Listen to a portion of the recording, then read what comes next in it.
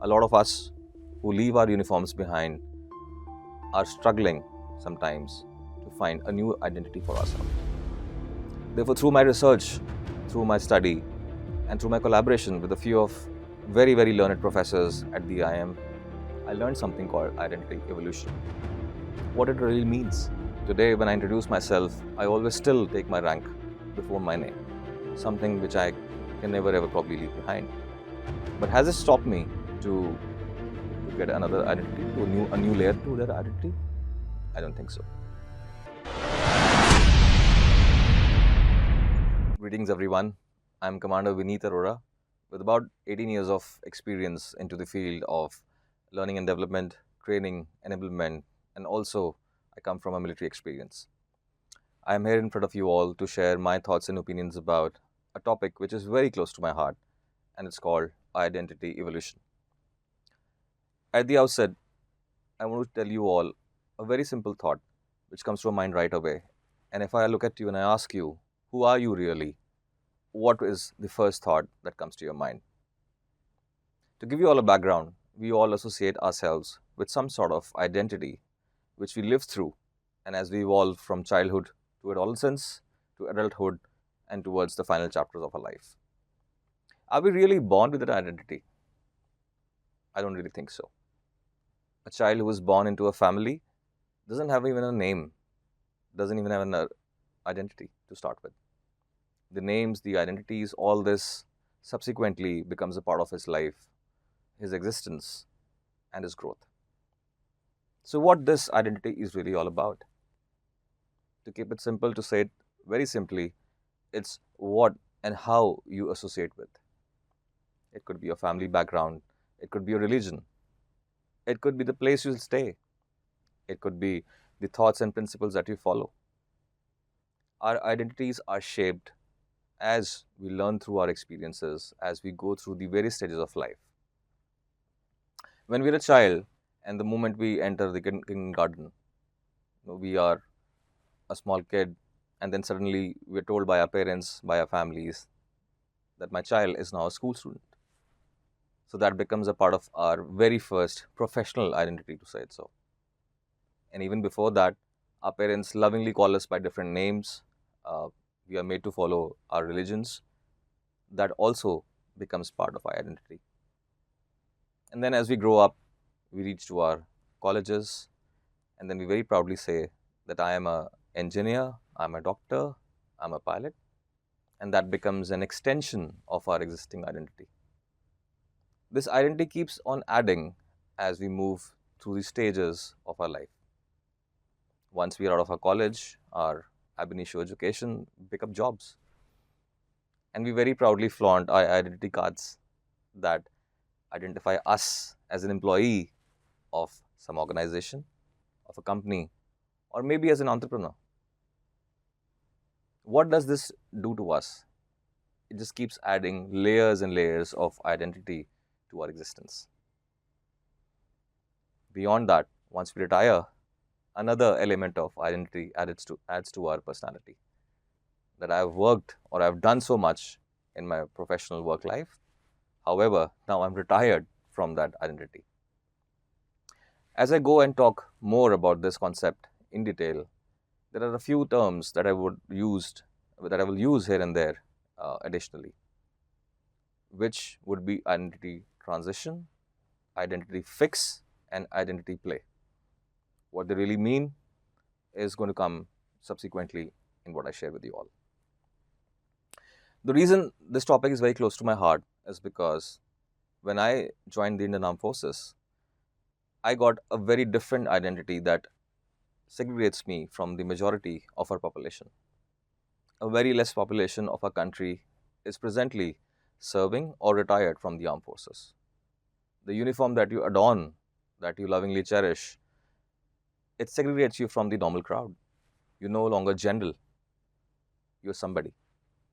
And that somebody is your rank, is your uniform, is your ID card that you flaunt in the society and you admire for yourself, and you live by that identity till your death.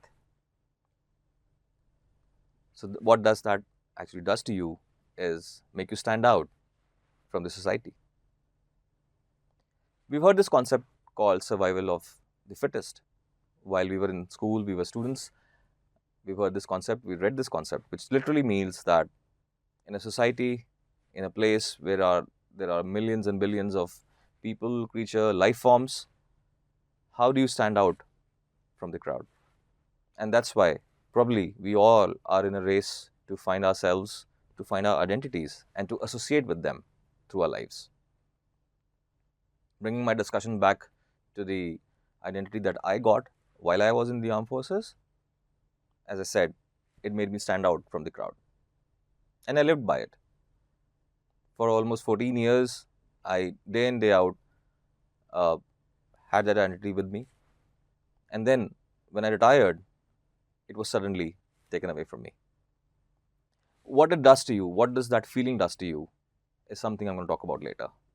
However, it's not true just for the men and women who are in the armed forces. It happens everywhere. Let's talk about some sportsmen.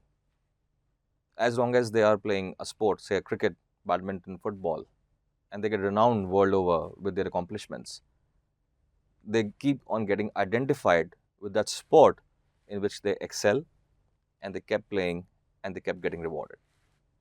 However, the moment they retire from that sport, who they really are at that point of time is something which they keep thinking about, talking about day in, day out.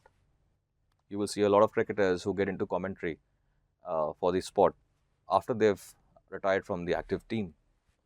They do that to keep themselves associated with the sport, something which they truly love and something which they have lived their life. Why do they do that? Well, they do that to reconstruct themselves, or rather to reconstruct their identity. Something similar happened with me as well. When I retired and I was taking a leap towards joining the corporate world, I was finding difficult to decide what new shoes I want to wear. And by that, I literally mean what shoes I want to get into in my professional life. Therefore, this constant tussle between your heart and your mind and the society expectation, the expectations from your family to what you are and what you want to become is a non-stop, never-ending battle within you and the society at large. Have I overcome it? I don't think so yet. I still have a long way to go. But that's a thought which you may want to think about at some point of time in life. This also can lead to an identity crisis, wherein you're in a constant turmoil to find something with which you can correlate and you can associate yourself. This topic which I've chosen again is very special to me because a lot of us who leave our uniforms behind are struggling sometimes to find a new identity for ourselves. Therefore, through my research, through my study, and through my collaboration with a few of very, very learned professors at the IIM, I learned something called identity evolution. What it really means is just, to put it simply, it just means that you never leave an identity behind. You carry it with yourself and you evolve over and over again as you reconstruct your identity through your identity crisis, and then you make it a part of your life in a way that it helps you rather than dragging you back somewhere. And what is that somewhere? That somewhere is a void which is left behind once you relinquish your uniform, once you leave your previous identity behind. Today, when I introduce myself, I always still take my rank before my name, something which I can never ever probably leave behind.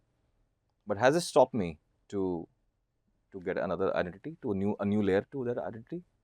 I don't think so. I can proudly share with you that I have now got an extension to that previous identity which I was before.